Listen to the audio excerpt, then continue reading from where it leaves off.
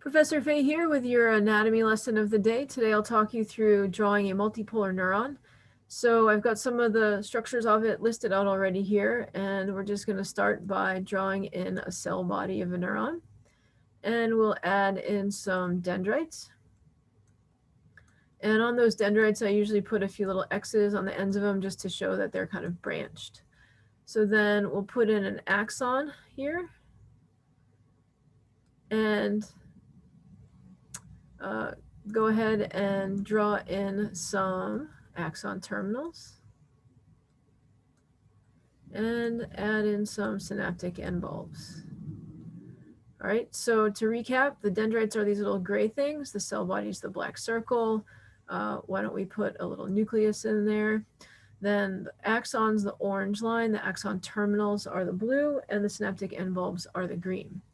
So we can talk a little bit more about what's going on with this neuron.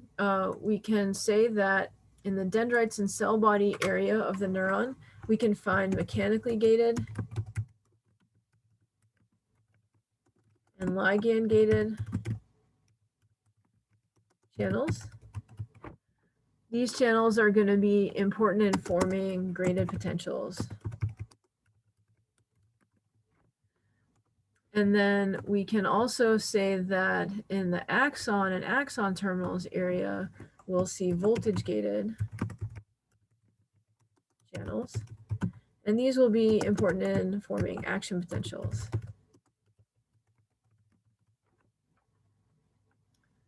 Up in here. Okay. And so the direction of information flow through a neuron is probably also important to note. And so we see that the dendrites and cell body receive information and then send it on down the length of the axon. So if we had to draw in an arrow to represent the direction of information flow through a neuron, it would look something like this. Okay.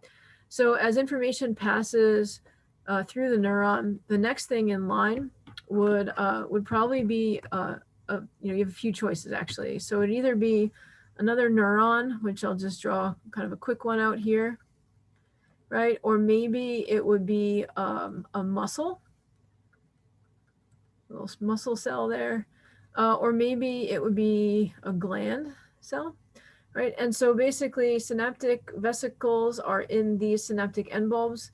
The neurotransmitter inside of them would undergo some exocytosis into the synaptic cleft, and it might go and bind to ligand-gated channels on this next neuron or on this muscle or cell, and then have an effect on one of those things, possibly passing the signal along and creating some sort of effect in the body.